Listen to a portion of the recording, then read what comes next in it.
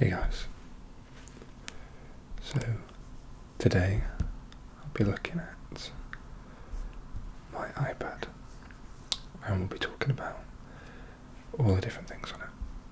So this is a iPad Pro 12.9 on the Magic Keyboard,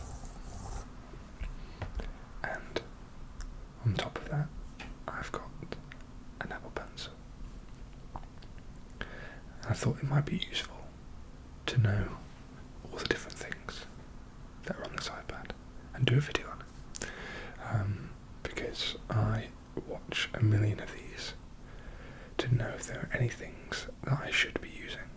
So we'll go through it now.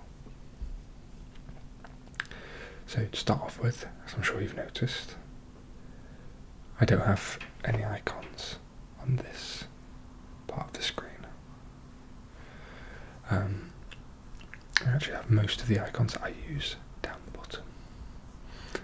Now, some of you may have also noticed that the icons look a little bit differently. So these are custom icons that you can install. It's in a very roundabout way at the moment. It's not fully supported. So they work. You know, I can open up my calendar, but notification badges aren't on the icons. So I've just got to find another means of seeing those. So to start off with, we'll talk about the icons on the bottom. So to start off with, I've got Fantastical, which is a great app because it allows you to type in, and it uses, I don't know what they call it actually, I think it might be, basically it's just using the language that you type to create an event. So for example, I could say make a video tomorrow at 5 p.m. for 3 hours about my iPad. Okay, so it's doing the location, so let's just say 3 hours. So I've typed that in and it started to create an event 5 p.m. tomorrow called make a video, and it's over 3 hours. So I just find this extremely useful. I mean, it has a bunch of other features on it that, you know, a calendar app would, but I just thought that feature in particular was useful. Next I've got Proton Mail. Now I can't really open this but Proton Mail is essentially like a provider of a secure email. So it's not with Google or Microsoft or anything like that. They are a separate entity, and the reason that I thought it would be good to use them is for privacy, because as we know, Google and the like do scrub your emails for things like advertising and blah blah blah, and you know, we can't decide, you know, it's not us that decides what's worth hiding. So I just thought, you know, for the sake of a tiny subscription fee, even though they do offer a free account, I just thought I might as well start transferring over and get out of the Google ecosystem as much as possible. So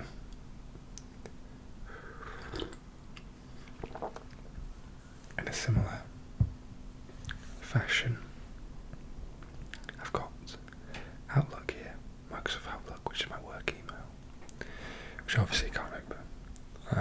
Here I've just got Safari, here I've got Notion, so Notion's pretty good. So Notion is like basically a text editor, but you can set up databases and link those places with other sheets. So for example, this is my Readwise. So the way it works, I don't know if you're familiar with Readwise, it's not an app on iPad per se, it's on iPhone. And what it does is that it syncs up things like your Kindle highlights, and it digests them, and you can pull that through into different areas. So I've got Readwise blend into Notion, so it's got the books that I've read, and within that it's got all the quotes that I've highlighted, which means that I can find them first of all, and I don't have to view them on my Kindle itself, which I always thought was really useful, because I love going through the quotes in a fictitious book, but particularly I've read Atomic Habits recently. It's really useful to be able to refer to these, either because you remember something in the book that you want to check out again, or you want to pull these somewhere else on top of it. So that's Readwise, sort of a Readwise Notion mix. So I have teacher-related stuff, I have Dungeons and Dragons, I have the book notes that I'm making, I have Readwise, and then to remember stuff. So the database that I was talking about here, so I've typed up different characters, that I've come across that I want to remember, and I've put like different notes about them, and then I've tagged it with, oh, it's a Malazan character, oh, it's in whatever book, and yeah, it pulls it through into here, so I can view it in a different way. So if I want to click on a specific book, I can pull that through. Again, it's, as powerful as you make it, and I use it for quite a simplistic thing. My D&D things I normally just keep. This is an index of all the different pages I've got. So if I've got some ideas, if I've got useful links here, they're there. And then this starter set that I'm running through with a different group. So these are our session notes. So yeah, I do really like Notion, but they've got a lot of drawbacks because they don't have an offline mode, and they're missing like a couple of key features. So it's far from perfect, and the development is quite slow. But for personal use, it is free. So Okay. Next, we've got the standard Notes app, and then I've got Reminders app, which I've changed the icon for. But these are just the standard reminders. This app is a habit tracker. So some I use, some I don't. So I probably should get rid of some. So I really wanted to get out the habit of picking my nails, so I got rid of that. But I managed that just fine. So can I delete that? There we go. So they sync between your phone, and your iPad. So I've got here, got read a book, got play piano, exercise, create a video, and this is done on a weekly basis, or at least 2 a week. Add to my homebrew D&D campaign and take edit photos. So these are things that I like to do on a weekly basis, and these are things I like to do on a daily basis. So at least half an hour of reading a book, playing piano, and exercising. But I'm normally aiming for like an hour a day each, especially in lockdown where I'm not working nearly as much as I should be, or not should be, normally would be. And then it's got like a useful habit tracker, but again, this app is only as powerful as you make it, because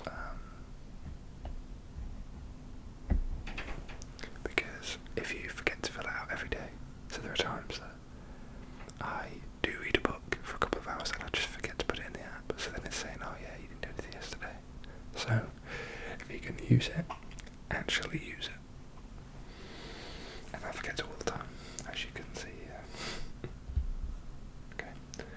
Next I've got my normal messaging app. I've got Facebook Messenger and then WhatsApp browser version, photos and files. So they're all pretty standard. At the bottom here I've got two different folders. One I've called Consume and one I've called Create. So this is my app to read sheet music. This is the app I'm using to help me learn how to play piano. So I currently don't have a teacher because I started in lockdown. So I'm going through a book called the Alfred Adult Course, Level 1. And what's really useful about this app is that it's got the book on the app, which means I can connect my piano via Bluetooth, and it will tell me if I'm making pressing the right notes or not. So it's much different to this app here, Synthesia, because this is essentially guitar over your piano, and it's not really conducive to good learning. So I don't really use this at all anymore, because I made that mistake at the start.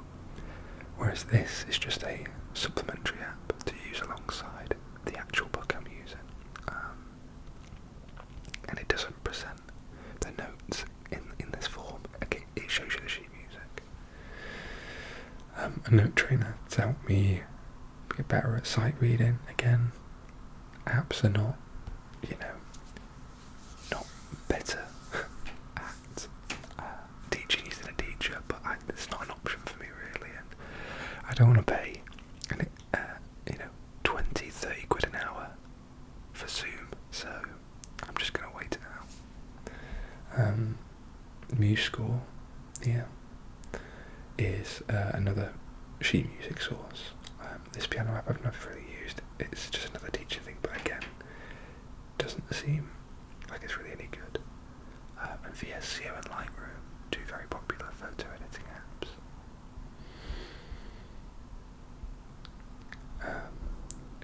Consume seems a bit bigger of a folder, so we've got Apple Music, we've got Prime Video, we've got YouTube, Netflix, we've got a Reddit app, we've got another Reddit app.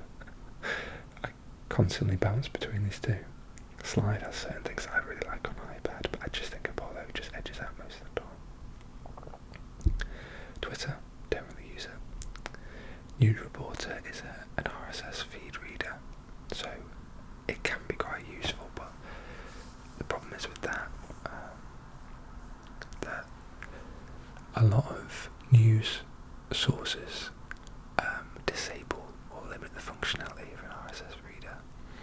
So when it's trying to pull that information from a website to read in your reader, a lot of the time it will say, click this link to read the full article. It's like, well, I want to read the full article in this app, not on your website, so yeah.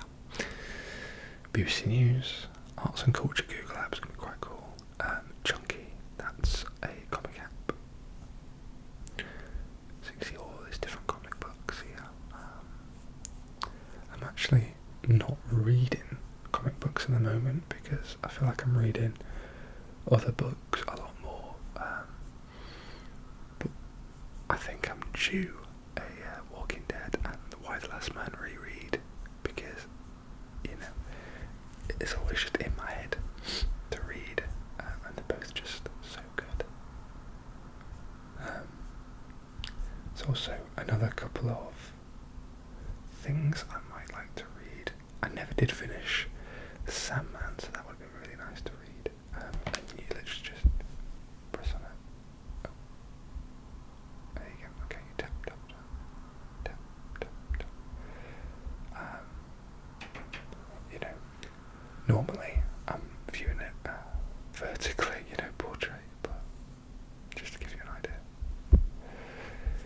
Anyway, I've got my Kindle app. I don't really read on my iPad anymore, but I used to basically all the time until I got a Kindle Oasis.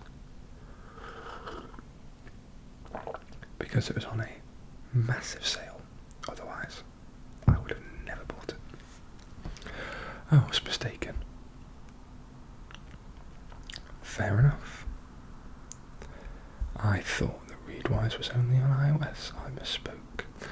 So you've got a daily review here, and it will show you. It will say a supplemental highlight from a book you've read. So it's just I only read part of this book, so I think it's pulling it from my Goodreads or my Kindle. I've not actually finished it, but it's giving me a quote from it. So you can either keep it or discard it, and I'm gonna discard it because it's not something I've actually read. Whereas Deadhouse Gate is the second book of Miles and Book the Fort I have read, and I liked this quote a lot, so I can keep it. And then you go through to the end, so let's just, for the sake of argument, I'll just, yep, I read Pet Cemetery, yep, no, read All the Hounds, so don't spoil that. So it's got 5 out of 5. And then you can review more highlights, but it will now send, if I go to Notion, I'll go Readwise, daily reviews. It hasn't synced it yet, but if I go on this day, these are the, where's that today? Oh, there's today. That's weird because I discarded this one, but it disappeared anyway, so. And this one, so. Unless it's a different day. It's just any that they sent me. Okay, because I didn't do these ones. But basically it just sends you the quotes on your calendar. Anyway, so that's Readwise again. Paperity, Flexel 2 are just two PDF annotation apps that I've used before. So I could use this in a video actually, so you can just write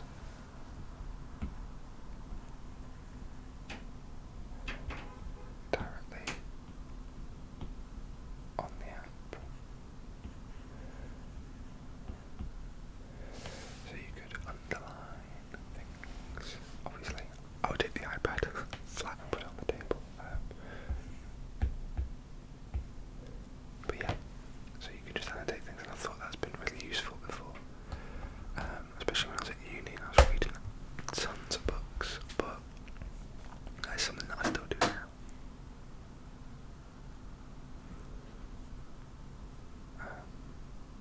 So I've got a Pocket Cast app, which is a podcast app. These are different podcasts I listen to. Most notably, I listen to 10 Very Big Books, because they're a Malazan read-through podcast, which is the book series that I'm reading, and it's just a great resource to just consume a bit more for the series, and then get someone else to explain what on earth you just read.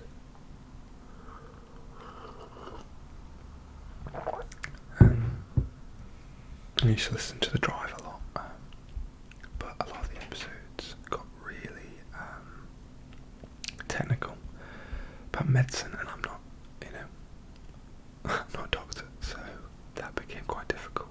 Fun of it, this is a really good one, by Rhonda Patrick, so I'd recommend that one. What's another one that I read a lot? I watch. Listen, not read or watch. Listen to.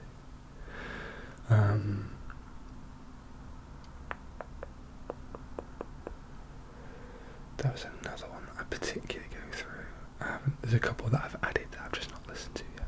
Making Sense by Sam Harris is a good one. Sawbones I used to listen to so much. I'm very glad to see it's still going actually. It's basically a man and woman, a couple, wife and husband, and the wife's a doctor and the man's like an entertainer, and they basically discuss the history of medicine and all the different weird quirky stories and things they used to believe, so it's quite good. And the hardcore history again, absolute smasher. Dan Carlin's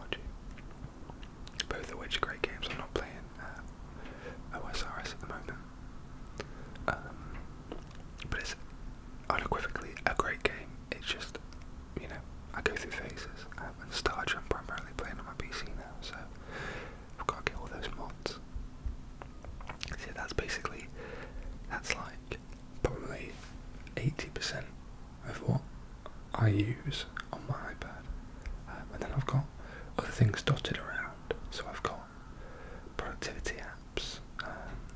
Most notably, I've got my password's pretty good. I don't use Notability anymore. Some of these are duplicates, like photos, because when you do custom icons, you add the custom icon and then tell it where to go, so you don't actually replace this app. So I've got to hide it in a folder still. Yeah, OneDrive, Dark Skies, all pretty standard. Comic Geeks is good because you can subscribe to certain comics that will tell you when they're going to come out, so that's pretty useful. Yeah, Icon Board is the main thing that I'd use. Messenger, yeah, GoodNotes is the app that I'd normally write with the most, which is here. That's the custom icon I made for it, but I took it off here because it didn't fit and I wanted something else. I don't use the fitness app on iPad because it's primarily just Apple Fitness, which I don't think is very good, to be honest, because I just feel like the videos are so weak, like 10 minutes, 30, alright, okay, and they just smile too much. It's just something a bit eerie about it. So got Shortcuts app Store, settings.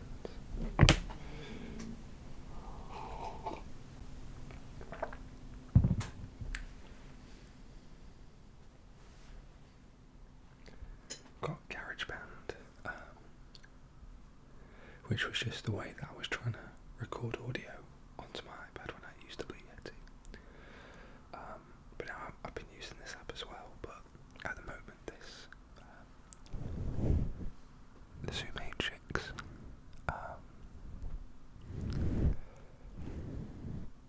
it's like a standalone recorder, so you don't need to plug it into anything, so I just use my headphones so I can hear my own voice and know if I'm loud enough, just as like a monitor.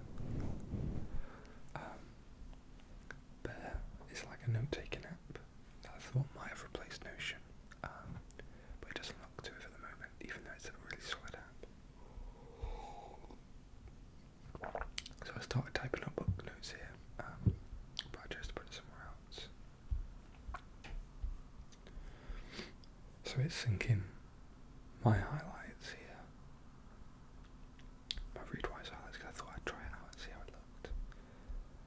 And it's a great app, but again, it just didn't quite function how I wanted it to. So yeah. Then we've got Chrome, which I mostly don't use. I mostly use Firefox. Well, actually, no, I use Safari now because it syncs with my phone. But when I used an Android phone, I just use Firefox. So yeah, I've got a couple of folders here that I'll quickly talk about if you like. Entertainment, it's just a random couple of things. I mean, Amazon's not even entertainment. And a lot of the entertainment apps that I use are in the consume. But this was like an old folder that I just thought I'd stick stuff in and just leave it there. I would call this page generally quite unmaintained, whereas this is like how I normally view the iPad. This is my D&D app,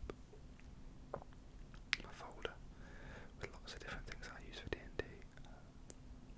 So D&D Beyond as a resource, Fight Club lets me put in character sheets and stuff and do fights. Game Master, character sheets and blah blah. Pro D&D I think is a map maker. OneNote, you know, everyone knows what it is. Text editor, Prism, can't remember. Just character list, just another one that I tried. App of mapping, makes maps and re-roll.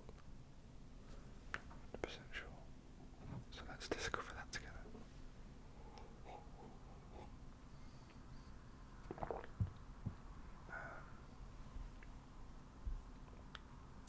Okay, I think it might be a character maker. Just something that would